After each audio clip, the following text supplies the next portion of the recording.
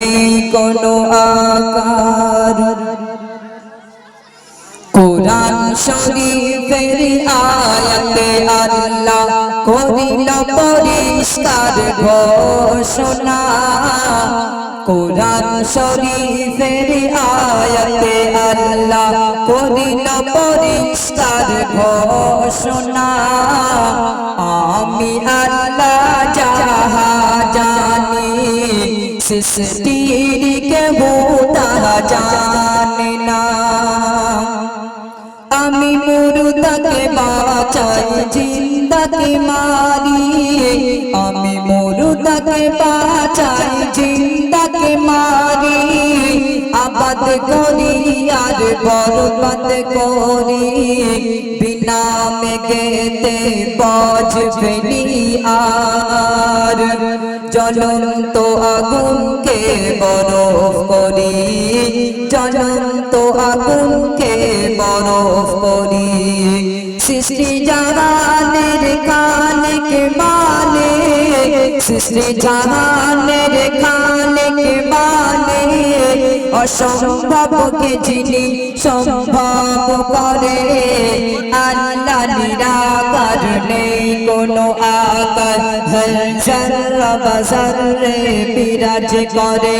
আল্লাহ নিরাকার নেই কোনো আকার মুসা নবীর রূহ কবজ করতে আজরাইল এসে দাঁড়িয়ে গেল মুসা নবীর রূহ কবজ করতে আজরাইল এসে দাঁড়িয়ে গেল বলে এসেছি তোমায় নিয়ে যেতে এখনই আমায় সঙ্গে চলো কথা শুনে মুসা রেগে গেল আজরাইলের গলে চাপড় মারিল কথা শুনে মুসা রেগে গেল আজরাইলের গলে চাপড় মারিল কেঁদে কেঁদে ফিরে গিয়ে আজরাইল আল্লাহকে বলতে লাগিল আল্লাহকে বলতে লাগিল মুসা মেরেছে আমায় আর বলেছে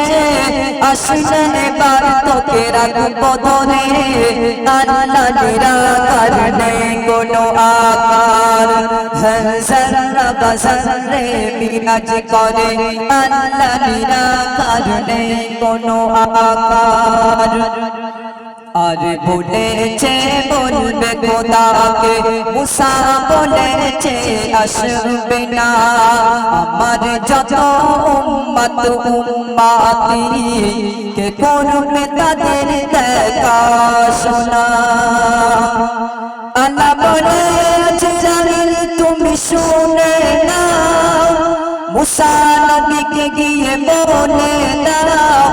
আল্লাহ বলে আজরাইল তুমি শুনে না মুসা নবীকে গিয়ে বলে দাও একটি দুম্বার গায়ে যত লোম তত হায়াত পাবে যদি তুমি চাও তত হায়াত পাবে যদি তুমি চাও